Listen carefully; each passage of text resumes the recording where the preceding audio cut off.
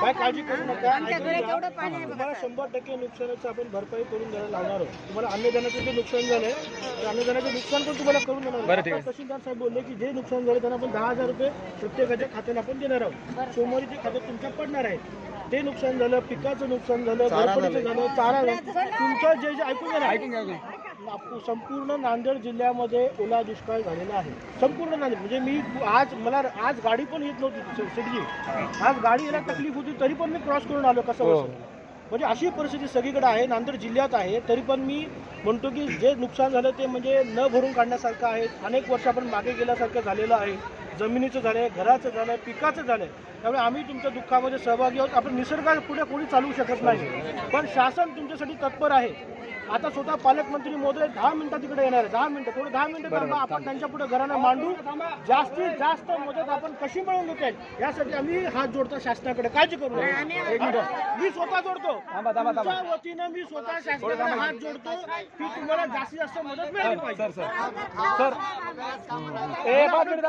मला मी रोज फोनवरती बोलण्यावर आपल्या हरणाळी संदर्भात, आपल्या नागलीच्या संदर्भात सगळं नाही, आसपासची सगळी गाव आहेत. आता मी मातूरकडे जाऊन आलो.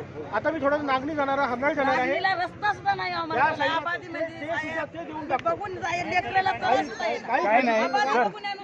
तुमचे सगळे आता बघा, आता सध्या रस्त्यापेक्षा आपलं जे जनजीवन विस्कळीत झालं त्याला आपण सुरुवात करू. आणि जसं हे जनजीवन नीट आलं तसं आपण तुम्हाला रस्ता वगैरे करून देऊ. काळजी करू नका. तेच मी आता मंत्री महोदयांना सांगायला आपण बोलणार आहोत. आपण ठीक आहे, काळजी करू नका. मी तुमच्या सोबत आहे. काळजी करू नका. काळजी करू नका.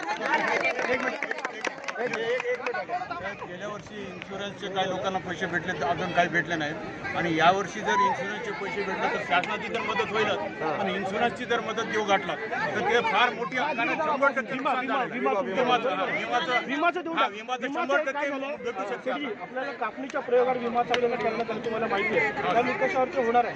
आपण तरी मागचा विमा पडलाय ना, आणि आता जे पूर्ण जमीन आता पूर्ण खाली आहे त्यांना तरी पूर्ण भेटायला पाहिजे. दोन निकषावर पालकमंत्री महोदयांना बोलू. एक तर म्हणजे काय की जमीन खरडणे झालं आणि पिकाचं नुकसान झालं. तुम्हाला त्यापैकी कुठेतरी एक नुकसान निवडावं लागेल. आपण ते पालकमंत्री महोदयांना बोलू की आमच्याकडे अतोनात नुकसान झालं, आम्हाला जास्तीत जास्त मदत कशी देता येईल. निकष न लावता ते आपण बघू. काळजी करू नका. ठीक आहे, बरं काळजी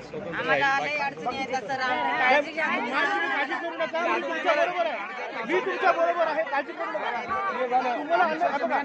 तुम्हाला अन्नधान्य पाण्याखाली जाते. कुंडलवाडीला पाणी पडलं की त्या फुल पाण्याखाली जाते. आम्हाला जाण्या येण्यासाठी रस्ताच नाही हो. त्या फुलाचा चिपळकर साहेबांना 3दा आश्वासन लेटर दिल्या. तुम्ही बघा की आता त्या फुलाची अवस्था.